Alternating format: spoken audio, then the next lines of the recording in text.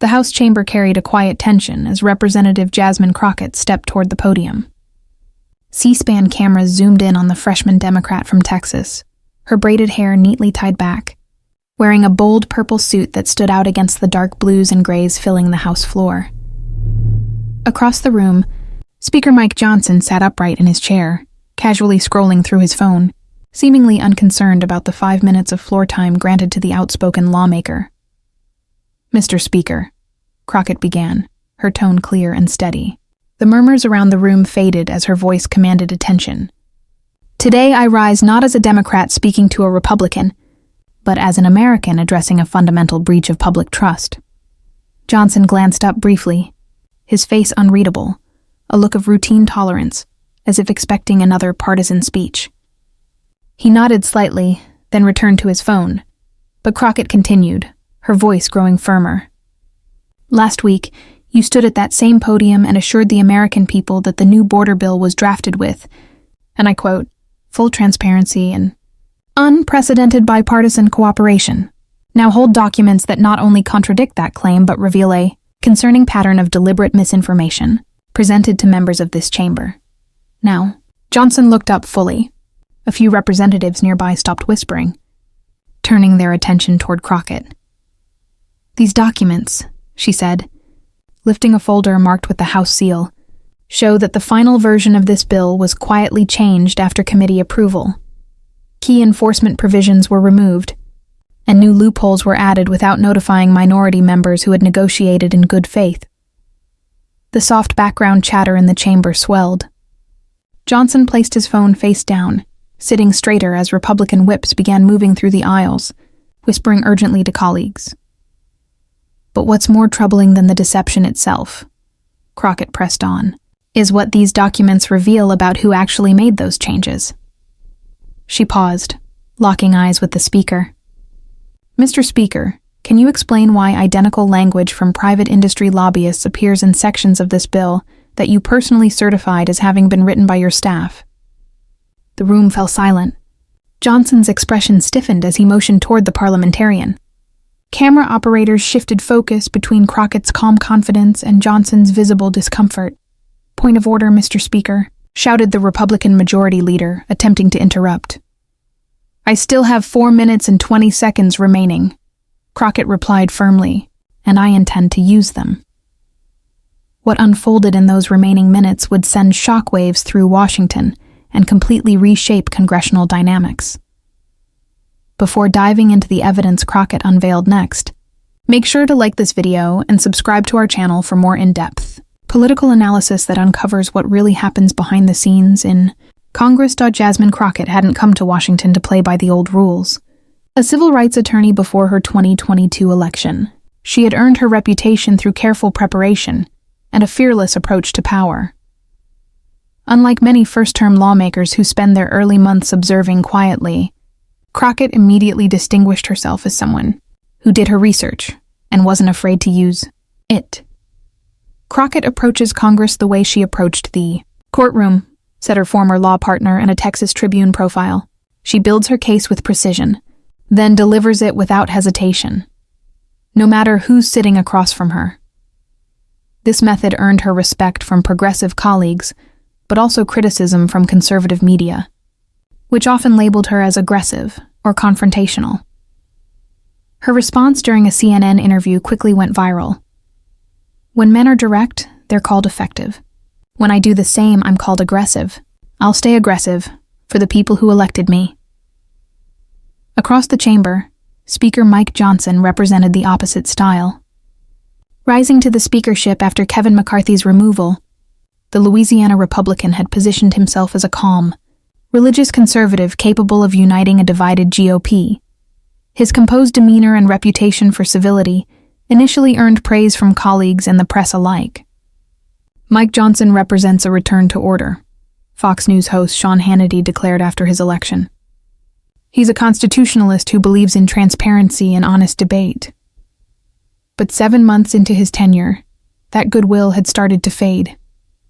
Moderate Republicans privately expressed frustration over being excluded from key decisions, while Democratic leaders publicly accused him of breaking promises made during bipartisan negotiations. The border legislation, at the heart of today's confrontation, had been promoted by Johnson as his defining bipartisan achievement. After months of gridlock, the bill finally passed with support from moderate Democrats and nearly all Republicans. Speaker Mike Johnson had spent the past week on a media tour celebrating the achievement as proof that Congress could still come together to tackle the nation's most urgent challenges. What the public didn't yet know, however, was that serious concerns had emerged about how the final text of the bill had been assembled and whether the promises made during negotiations had been kept.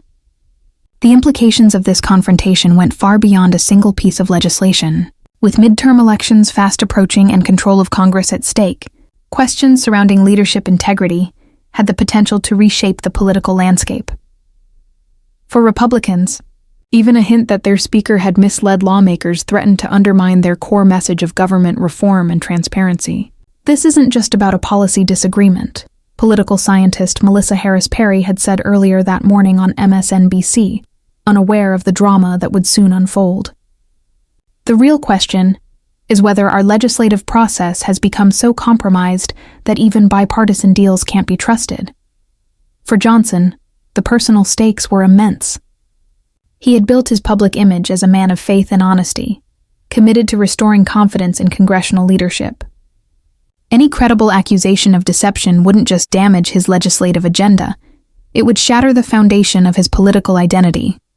For Congresswoman Jasmine Crockett, the risks were equally significant. Confronting the speaker directly, on the House floor with allegations of misconduct, was a bold move that would either solidify her reputation as a fearless advocate for accountability, or leave her vulnerable to criticism of political overreach if her claims fell short. The atmosphere inside the chamber reflected the tension. Republican members clustered near Johnson, whispering in low tones, while Democratic representatives sat alert, fully aware that Crockett's performance would reflect on their entire caucus.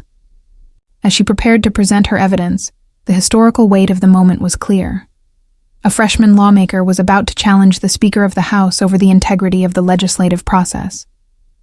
It could fade into obscurity or become a defining moment for modern political accountability. Johnson adjusted his tie and leaned toward the parliamentarian, perhaps seeking procedural grounds to interrupt Crockett's remarks. But before he could intervene, she pressed on. "Before we review the altered text of the bill," Crockett began, her voice steady, "let's establish the context that makes these changes so concerning.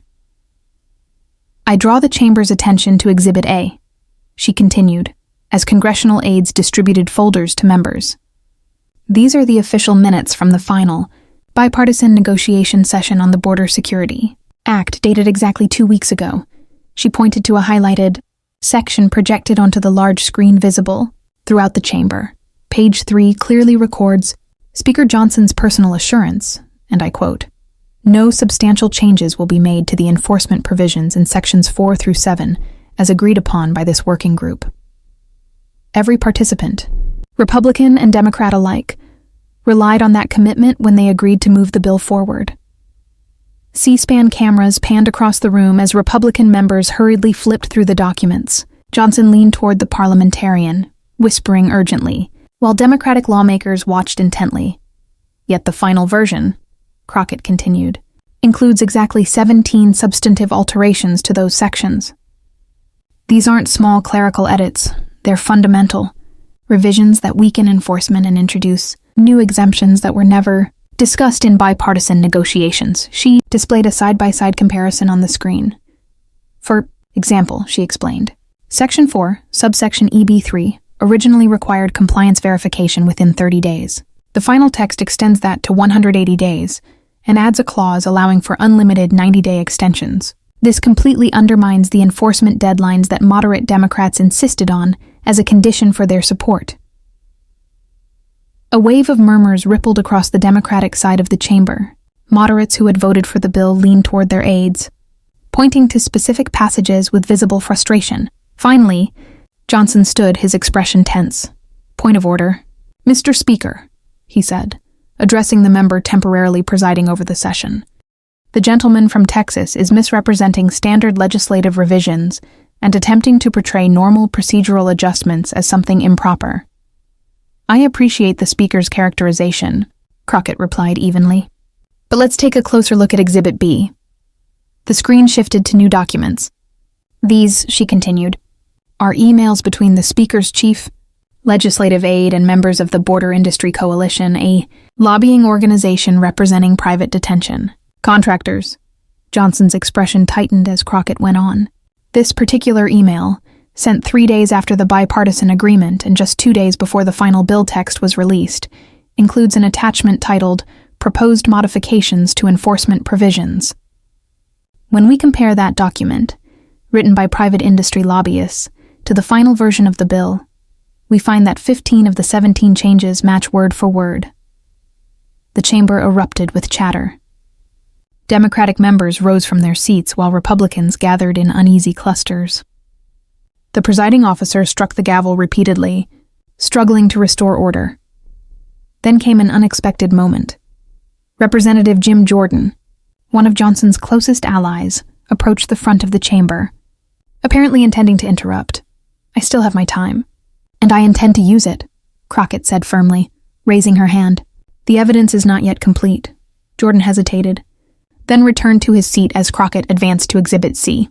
"This," she said, "is perhaps the most concerning document of all. A text message exchange between Speaker Johnson and the president of the Border Industry Coalition dated the day before the final bill was released." She paused before reading aloud, in the speaker's own words. "Changes implemented as discussed. Dems won't notice until after passage. We'll call you after the vote."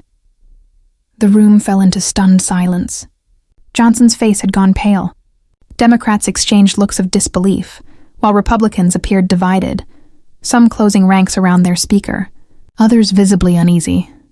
"Mr. Speaker," Crockett said, addressing Johnson directly, "would you care to explain to this body, especially to the Democratic members who supported this legislation in good faith, why you assured them that no substantive changes would be made while coordinating privately with industry lobbyists to weaken enforcement provisions?" Johnson stood again, his composure strained. "These allegations are completely out of context," he said. "The communications in question were part of normal stakeholder consultations to ensure practical implementation.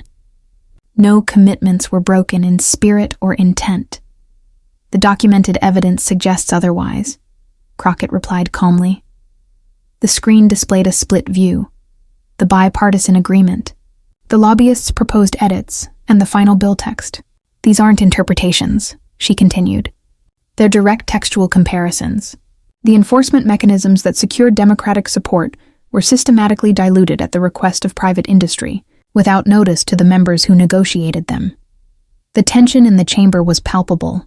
The gavel struck again and again as lawmakers shouted over one another, demanding recognition.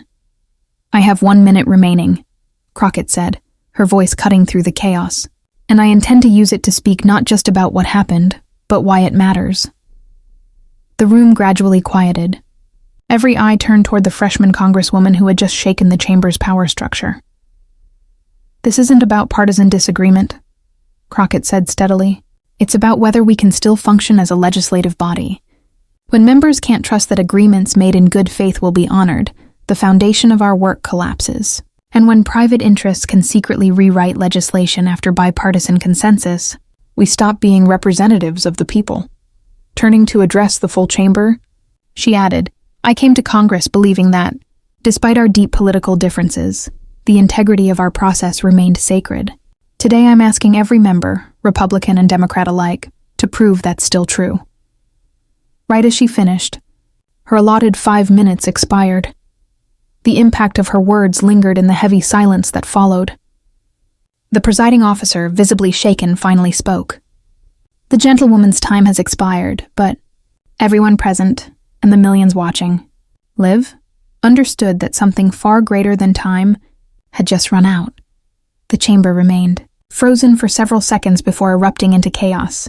Democrats rose, demanding a response from Johnson and calling for an emergency ethics inquiry. Republican reactions were split. Party leadership surrounded Johnson protectively, while moderate members stepped back, studying the documents with uneasy expressions.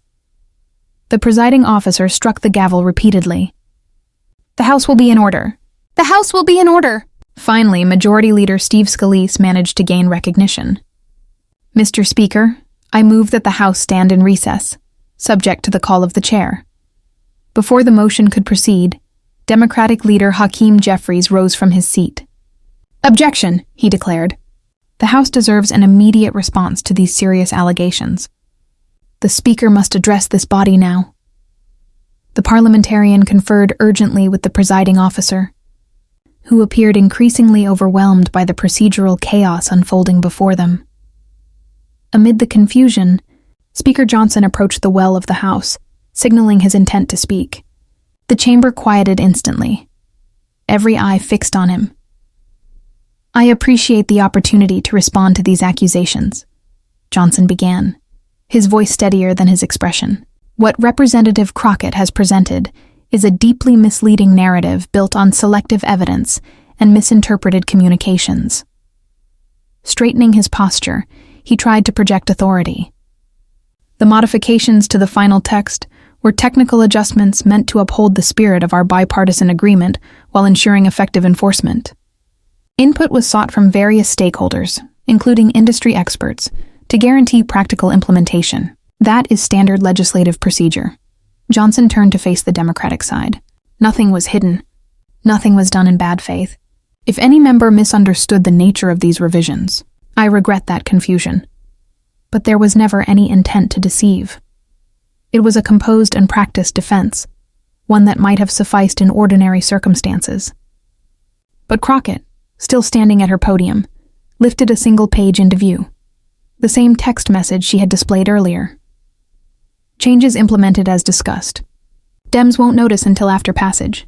We'll call you after the vote." Johnson froze mid-sentence, his prepared explanation colliding with the undeniable reality of his own words. The chamber watched in tense silence as the speaker visibly struggled to reconcile his claim of transparency with the evidence before him. Then, something unexpected happened. Representative Don Bacon, a moderate Republican from Nebraska, rose to speak. "Mr. Speaker, point of personal privilege," he began, his tone weighted with the gravity of the moment. "As a member who worked on this legislation in good faith, I must ask, are the documents presented by Representative Crockett authentic? Did you assure our bipartisan working group that no substantive changes would be made while permitting industry lobbyists to alter enforcement provisions?" The question, coming not from an opposing Democrat, but from within Johnson's own party, landed with force. Once again, the chamber fell silent. All eyes turned toward the speaker. His response would define not only his credibility, but potentially the future functioning of the House itself. Johnson scanned the room, his loyal allies on one side, an increasing number of uneasy faces on the other. "The communications did occur," Johnson finally admitted, his voice quieter now. "But they've been presented without context. The changes made were within my authority as Speaker to approve." An audible gasp rippled across the chamber. It wasn't a full admission, but neither was it a denial. Representative Bacon remained standing. "With respect, Mr. Speaker," he said firmly, "authority isn't the issue. The issue is trust. If we can't rely on bipartisan agreements to be honored, how can we function as a legislative institution?" The question hung in the air, unanswered, as more Republican members visibly distanced themselves from their leadership. What had begun as a 5-minute speech from a freshman Democrat had now evolved into a full-blown crisis of confidence in the Speaker of the House. Sensing the gravity of the moment, Democratic leader Jeffries stood once more. "In light of these extraordinary circumstances," he said, "I move that the House establish a special bipartisan committee to investigate the allegations regarding the Border Security Act and report its findings within 14 days. Remarkably, it was Representative Don Bacon who spoke next. "I second the motion," he declared, "and urge my Republican colleagues to support this investigation. If we stand for transparency and integrity, then we should welcome the chance to uncover the full truth." Johnson remained motionless at the podium, watching as his authority appeared to crumble in real time. The presiding officer, uncertain how to manage this unprecedented breakdown of party unity, turned anxiously toward the parliamentarian for guidance. Amid the confusion, Representative Crockett spoke again, her tone calm but firm. "This isn't about political advantage," she said. "It's about whether agreements made across the aisle still hold meaning. Every member of this House, regardless of party, has a stake in protecting that basic trust." Her words carried a clarity that seemed to resonate throughout the chamber. Members from both sides nodded in quiet acknowledgement, a shared recognition that something fundamental to their institution had been endangered. For a brief moment, partisanship gave way to principle. As leaders from both parties conferred with the parliamentarian on how to proceed, cameras captured Speaker Johnson sitting alone at the leadership desk, his physical isolation reflecting the fragility of his political standing. Within minutes, clips of the exchange were circulating online, highlighting Johnson's incriminating text message and his inability to directly refute the allegations. What began as a routine 5-minute floor speech had become one of the most significant congressional confrontations in years, not only exposing potential deception in a single bill, but raising deeper questions about the integrity of the legislative process itself. The impact of Crockett's 5-minute challenge reached far beyond the House chamber. Within an hour, Johnson exposed and Crockett's receipts were trending nationwide. Phones buzzed across Washington as major networks interrupted regular programming to cover the story. CNN's Jake Tapper described it as one of the most dramatic congressional confrontations in modern history. "This wasn't just political theater," explained former House parliamentarian Charles Johnson on MSNBC. Representative Crockett presented documented evidence that the Speaker secretly altered bipartisan legislation after an agreement, potentially violating both House rules and the fundamental trust that Congress depends on. Outside the chamber, reporters surrounded lawmakers for reactions. While partisan differences were clear, the divide wasn't absolute.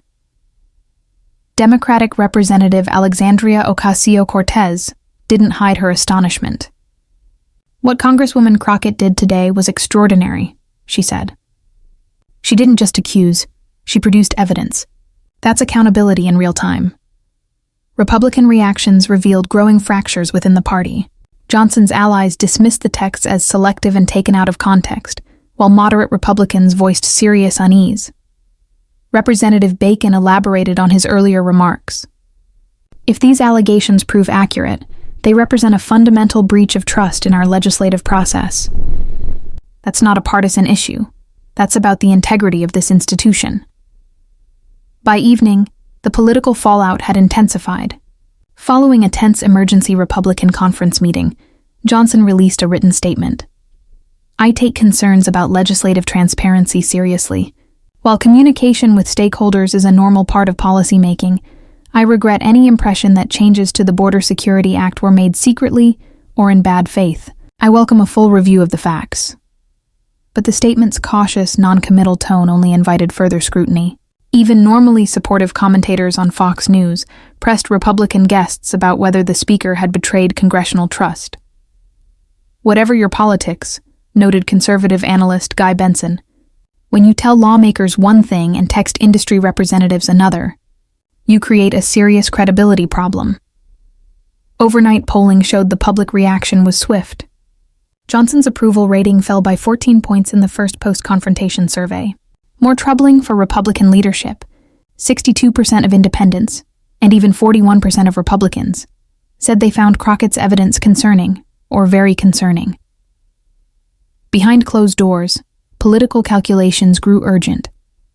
Democratic leaders, sensing opportunity, announced they would force a floor vote to establish the Special Investigation Committee if Republicans refused to cooperate.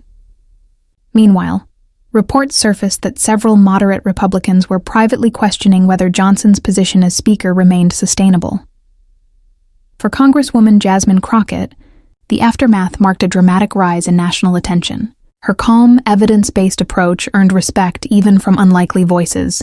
"Whatever you think of her politics," wrote conservative columnist Jonah Goldberg, "Crockett showed how congressional oversight should operate, with concrete evidence, not vague accusations." Just 3 days after the confrontation, in a move that stunned Washington, 23 moderate House Republicans joined Democrats to approve the creation of a bipartisan special committee to investigate the Border Security Act controversy. The measure passed 255 to 180, a clear rebuke to Speaker Johnson's leadership, and a major validation of Crockett's method. In a joint statement, Republican Representatives Don Bacon, Brian Fitzpatrick, and Nancy Mace explained their votes. The integrity of our legislative process must transcend party lines. When legitimate concerns arise about whether bipartisan agreements were upheld, every member has a duty to seek the truth.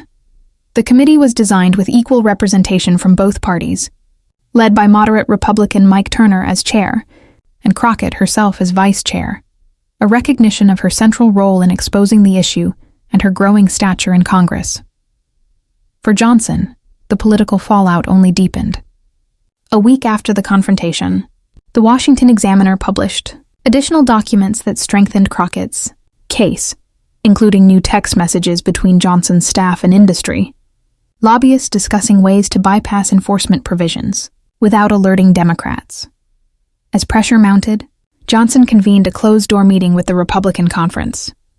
Multiple attendees reported that his comments were far more candid than his earlier public remarks. "I made mistakes in how the final bill was handled," Johnson admitted. "I believe the changes were necessary for implementation, but I should have been transparent with all members involved in drafting the legislation. But broken trust proved hard to repair." 2 weeks after Crockett's 5-minute floor speech, Republican Representative Ken Buck of Colorado became the first to publicly call for Johnson's resignation. "Trust once lost is difficult to restore," Buck said. "For the good of this institution and our ability to govern, Speaker Johnson should step aside." His statement opened the floodgates. Within days, 5 more Republicans echoed similar views, with reports of others privately reconsidering their positions. The special committee moved quickly and seriously. Unlike many congressional investigations that dissolve into partisanship, this one, perhaps because it arose from a breach of bipartisan trust, maintained a strong focus on facts. After 2 weeks of document reviews and witness interviews, the committee's preliminary findings supported Crockett's main claims. Johnson had indeed authorized major changes to enforcement provisions after bipartisan agreement, matching language supplied by lobbyists, and intentionally concealed those edits from Democrats until after the bill's passage. "The evidence is clear," the report stated. Commitments made during bipartisan negotiations were not honored, and the changes were implemented to avoid detection until after the vote. The report, signed unanimously by all members, including Republicans, was a devastating blow to Johnson's credibility. Within hours, House Republican Whip Tom Emmer called an emergency meeting to discuss new leadership options. Just 3 days later, in a development few would have imagined weeks earlier, Mike Johnson announced his resignation as Speaker, though he would remain in Congress. "To allow our conference and this institution to move forward without distraction," he said, "I believe it is best for me to step aside from leadership at this time." His resignation marked a stunning validation of Crockett's 5-minute challenge. A freshman lawmaker had effectively ended the tenure of the House Speaker, armed only with evidence and composure. Beyond the immediate political shock, the episode prompted a broader discussion about Congress itself. Editorial boards across the political spectrum, from the Wall Street Journal to the Washington Post, reflected on how legislative procedures had become so opaque that such deception could even occur. The Crockett-Johnson confrontation exposed a deeper institutional crisis, wrote political scholar Norman Ornstein. When bipartisan agreements can be quietly altered between negotiation and final text, the foundation of legislative trust collapses. For Crockett, personally, the event transformed her from a promising new member into a national figure for governmental accountability. "I didn't come to Congress looking for this fight," she said in a 60 Minutes interview a month later. "But once I saw evidence that our process had been compromised, I had a responsibility to act, no matter the political cost." Her approach quickly became known as the Crockett method, emphasizing thorough documentation, verified evidence, and principled framing of accountability rather than partisan attacks. What made Crockett's presentation so effective, noted Politico, wasn't just the evidence itself, but her framing. defending institutional integrity rather than targeting political rivals. That allowed even Republicans to support an investigation without appearing disloyal. 6 months later, under a new speaker, and with revised House rules requiring stricter verification of final bill text, the effects of Crockett's 5 minutes still echoed.